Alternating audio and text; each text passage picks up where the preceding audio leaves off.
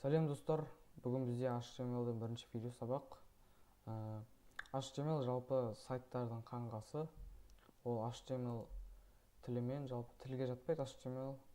HTML тілімен сайттардың қаңқасы құрастырылады. Мысалы, сөздің барлығы HTML-мен жазылған, мына сөздердің түгелі HTML-мен жазылған, мынандай сілтемелердің барлығы HTML-мен жасалады. Осылардың бәрі, HTML-мен жасалады. Оны үйрену үшін бізде ең алғаш рет мынандай не қолданылады, компилятор қолданылады. Ол компилятордың аты Notepad++ деп тұрады. Оны мен астына сілтемесін қалдырып кетемін. Мына жерде кіріп, download деген кнопканы осы жерден шығып тұрады, downloadты басасыздар. Сосын мына жерде Notepad++ download деген бар, осыны басасыздар. Ал менде бұл жазылған. Қазір загрузки не ран дейміз. Да. Енді мына установкасын жасап тастайық. Окей. Далее. Принимайсын. Мына жерде мынаны басамыз, болған. Тек тез ғана жазыла қояды өзі. Енді запустить Notepad++ деген бетінде шығып тұр. Енді бізде жалпы Notepad++ компиляторында бізде осындай ол көрінеді. Ең алғаш осындай бет парақша ашылады. Енді жалпы Notepad++ пен біздер HTML кодтың барлығын осы жерде жазамыз. Сайттың қаңқасы түгел зат осы компилятормен жазатын боламыз. Енді біздер Notepad++ қазір жауа тұрамыз. Сіздерге үйретейін қалай жасау керек екенін.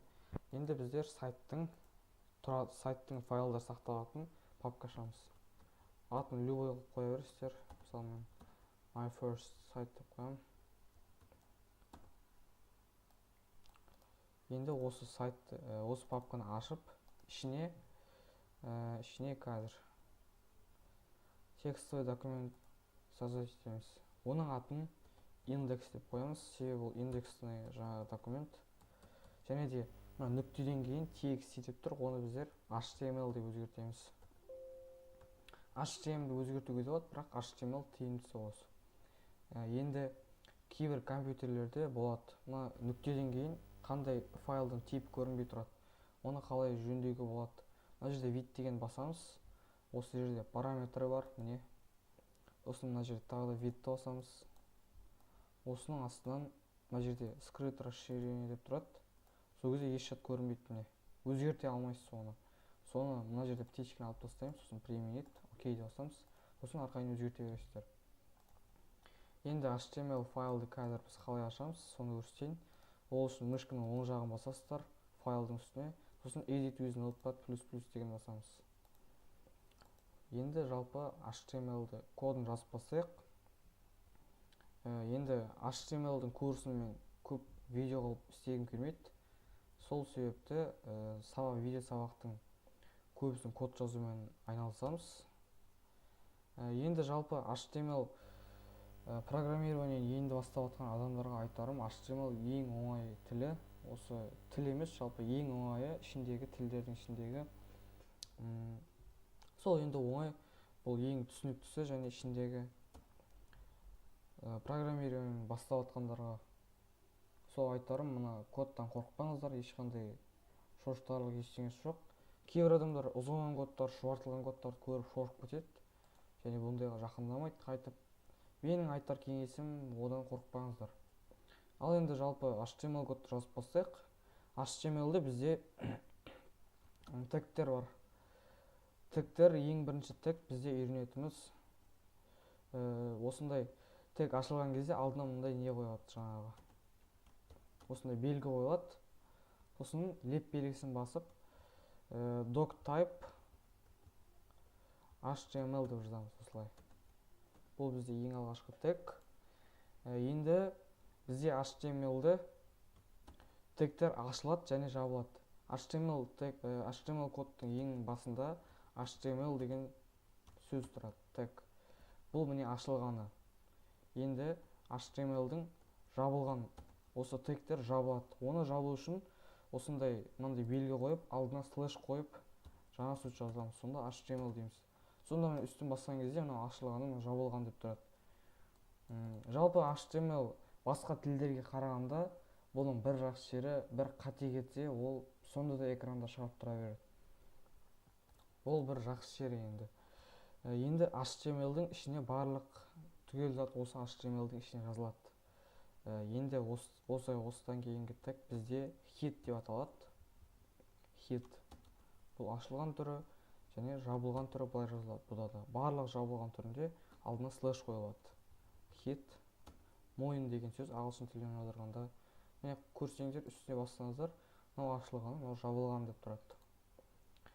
Енді бізде сайттың бетіндегі барлық ақпараттар түгел зат body тегінің ішіне жазылады. Body тегінің бұл ашылғаны және жабылғаны. Міне жалпы осы тегтердің барлығы осының ішіне жазылады. Body'дің ішіне жалпы ақпараттардың барлығы. Енді біздер мына хитті бос орын тастап кеткен себебім, бұның ішіне біз жалпы қазір ашып көрейік осы страницаны.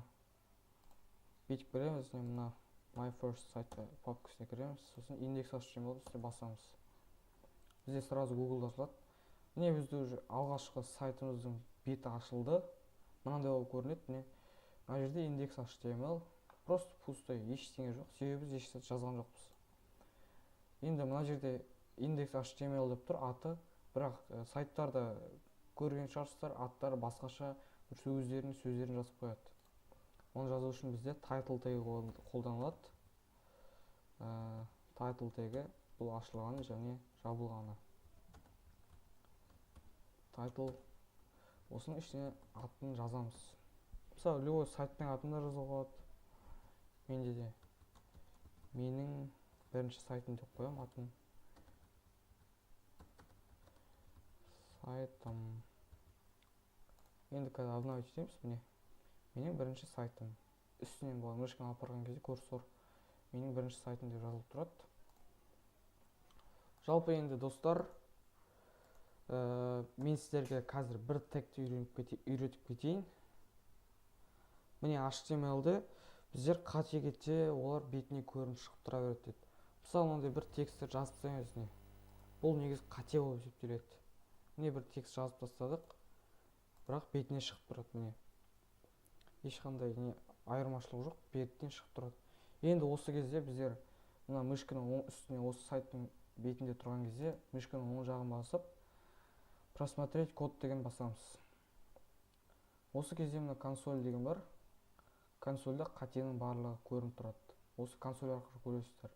Мысалы, қазір мен бір әдейі бір қате жіберіп көрейін. Body деген жаппай кетейін. Мысалы, мынаны алып тастайын. Сонда көрінеді. Қазір просмотреть код консоль. Бізде что-то ұзын шортылған қате болмағасын шыға алмай тұрған сияқты. Бірақ бұларға қарамайды жалпы. Мысалы, қазір бізде енді текстке арналған бір тег бар. Үйретейін мен сіздерге. Енді ол тегтің аты параграф деп аталады. P болып жазылады осылай. Параграф деген тег. Бұның ішіне тексттер жазылады. Жалпы бұл, мысалы, бір сөздер жазамыз, ұзын шортылған жаттау жазатын болсақ, осының ішіне жаттау былай ұзын болып тек кете береді осылай шортылып. Егер бұны бүйтіп жазатын болсақ, мысалы бүйтіп қатар-қатарына бүйтіп жазатын болсақ, ол бәрібір мынандай болып тұрады. Арасына тек пробел қойылған болғаны. Онда да мысалы арасына 2-3 пробел қойдық дедік ал. Бірақ өзгермейді, тек бір пробел қойылады. Енді осы параграф деген тег. Бұл параграфтың тегі көбінесе абзацтарда жазылады. Мысалы, параграф дегенді аламыз, мына жерге қоямыз. Мына жерден қайттан ашамыз қазір. Алып тастайын. Қайтадан параграф жазамыз, мысалы. Бүйтіп 2-3 қойып тұсақ. Сонда қарасаңыздар, міне қатар-қатарына кеткен уже. Осы параграф деген тег. Ал достар, енді бүгінше осы видео жетеді. Сол үшін мен видео сабағын тоқтатайын. Келесі HTML-дың екінші видеосын күтіңіздер. видео ұнаса лайк басамыз, комментарий қалдырамыз, каналға жазыламыз, және де колокольчикті басуды ұмытпаймыз. Сау болыңыздар.